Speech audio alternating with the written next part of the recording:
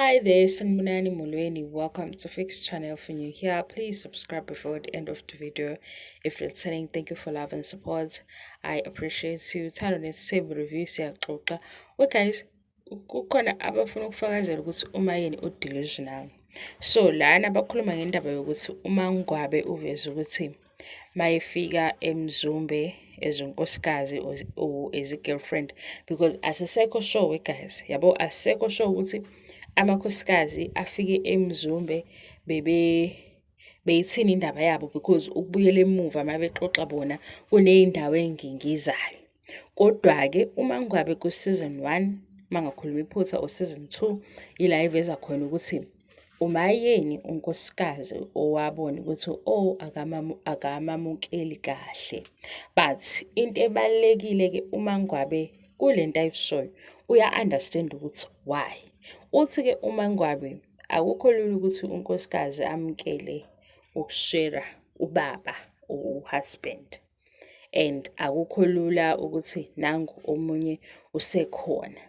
Yena esayidini lakhe okwenza kwabalula ukuthi waba nonkosikazi asemjwayele before angene emshadweni okumakhumalo. Kodwa indlela akhuluma ngayo lento yayiphakathi kwakhe nomayeni ngesikhathi beqala-ke bebasekhaya elilodwa kanye okwifamily eyodwa, uyayi-understanda. Akayikhuluma uMangwabe ngale ndlela yokuthi siyenze idrama, right? Because-ke sekukhona abafuna ukuthi naye iproof yokuthi umayeni udelusional. Wesisando sami, yabona nje eyokuthi umayeni une-beef nawo wonke amakhosikazi. Ngiyakucinga kuThando Nesithembu, ngoba mawuzokusho kwividiyo engakhulumi, yabo manje ngikhuluma ukuthi nje umayeni noMangwabe, uMangwabe wayicacisa indaba yabo ekuqaleni ku-page 1. Ku-page 1 ila befika khona as amakhosikazi uMangwabe efika. Kodwa uMangwabe uyasho ukuthi vele isimo esenzakalayo lesi.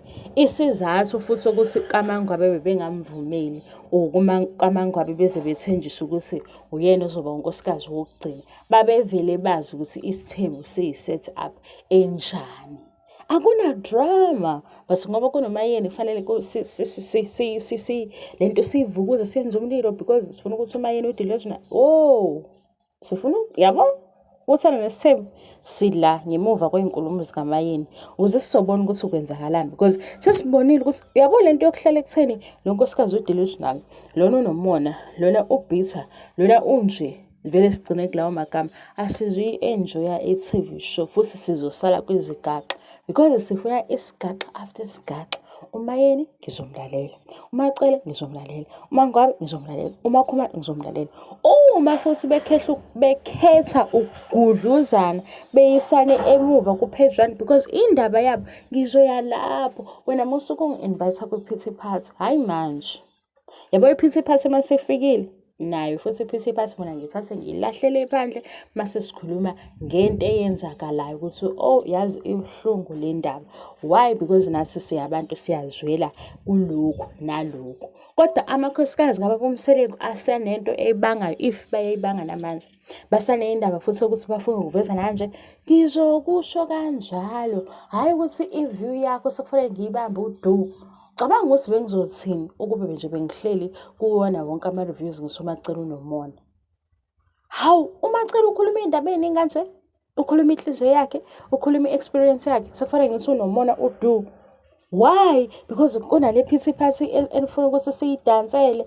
Angeke guys yini. Nakho manje kuthiwa umayeni udelusional basusa into yakudala. Le nto yakudala siyayizwa. uMangwabe uyazi ukuthi why kwakunzima for umayeni, because uMangwabe nomayeni iwona amakhosikazi angayizwisisi lento yokushera uhusband, but sebekuyona. Fine. So manje onke ama-reviews yethu kufanele hlezi sithi vele hayi akasi-understand isithembu le-assignment. Hhayi i-assignment onke ama-assignment ayabhalwa yaphansi kufeyilwe kuzami kunjani. Wena why une-view eyodwa njalo?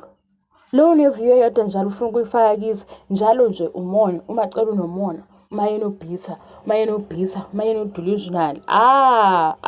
Mase ngithi-ke mina nina ninenkinga ukuthi your fave ziyamkhalela. Mase umuntu akanayo i-faith, ngeke mfethu uhlezi wena uzofuna ukuthi ugxeke abanye uncumo yedwa. Sengiyazi ukuthi i-faith and futhi ukuba i-follower yomuntu akunankinga, kodwa phela lalela ukuthi khona abanye abazobeka umbono ohlukile kunowakho. Bakhona abazomcriticize ngesikhathi usabona ukumcriticize.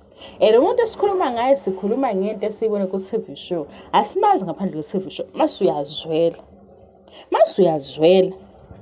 Uzwela wena ngo-30 minutes wakwi-screen. Somuntu lo ovele kwi-screen. Hayi mina nawe. Masuyazwela. Angithi? Ayikho inkinga. Nawe phela uwenza into ekujabulisayo leyo ku-follower and fan. Ukuze lo 30 minutes esiwubuke ndawonye ufile ngendlela ufila ngayo. Sebeyasibuza wegazi ngixoxela. Angizazi manga. Namhlanje angikho serious isikhathi esingivumeli. Angizazi manga. Baze basibuze la bese kanti mangakhulumanga nobani into engeke izihambe kahle. Angani nje yibo abavela ku-TV show. Kanti sisho kanjani?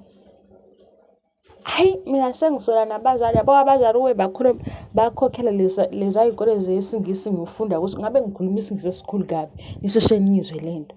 Manje ukuthi siyasafunda lezi izikole lezi ebezisifundisa ngelanguage yakho isiZulu. Ngiyabona ukuthi wayini ngangizwa.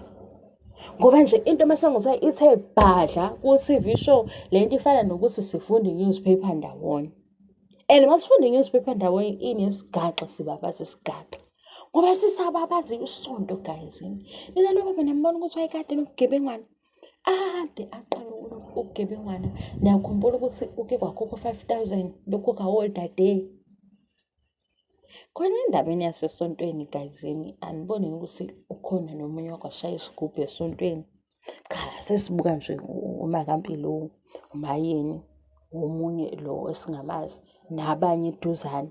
Lana esontweni akekho umunye okwashaya isigubhu. Oh ngiyadlala nifuna ngiboshwe ngedwa we mase ngiboshiwe nkosami.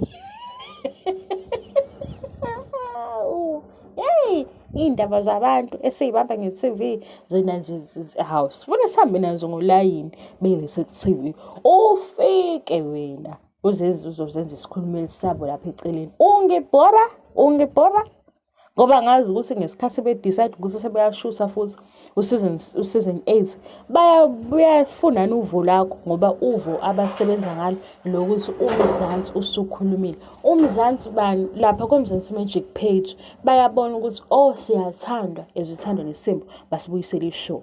Si-enjoy le show, sibabaze le show, sibuke ubutoxic bayo, sibuke onke amakhona ayo. Ufiwe nje uzoxabana noFix. Hawu uzoyimoshela isikhathi uxabane nami yezwa. Hawu uzosimoshela isikhathi ngokuxabana nami ngoba nje kusekude ngizokuthiwa 24 episodes. Isigaxa futhi. Uma ngabe udedela isigaxa yazi uma ngabe ngimthandelani, uma ngabe noMayeni baney'nkulumo esikazi ukuyilandela sifuna ubufakazi. Wathi uMayeni isigubhu ngathi asizukuzwa nguMayeni. Asithole noma eyodwa ivideo. Ivideo nje ezoba uproof yokuthi ngempela isandla sijwayeleni. Ave igagu. Cha besides nje indaba yokuthi ngangizobona isigubhu nesandla ngakubona kuyiqiniso indlela ayishaya ngayo ingoma ngathi ujwayele into ehambisana nesigubhu ngoba phela ingoma nayo kushawa isigubhu ukuthi akufanike. Isigubhu sasesontweni sihamba ney'ngoma zesonto. Isigubhu sengoma yokusina sihambisana nokuphakama komnyango nengoma-ke yengoma iyanjalo lento. Kodwa ngathi ngawavela athi hayibo isigubhu sasesontweni ngathi washaya isigubhu akamqambeli amanga. Uyigagu-ke nje uphiwe leyo nto. Guys futhi kubalulekile yazi ukwazi into ophiwe yona ukuze ungazuze uzenyeze ngoba sebekhona abanye bathi kanti kunani kushaya isigubhu. Akuyona intembi. Akukazi kuze kube yintembi. Ngisho ukushaya ingoma akuyona intembi. Ngisho ukudansa akuyona intembi. Ngoba nje into le esuke uphiwe wena kwenza ukuthi omunye akakwazi ukuyenza. Njengami nje ingoma ngiyayithanda kodwa angazi hayi inyawo lami alifuni ukuya phezulu alifuni. Kodwa nje ngibona abantu beshaya ingoma ngikhalele ngithi ube ngakwazi ukushaya ingoma. Nesigubhu-ke naso bongabe ngeba active nje entweni.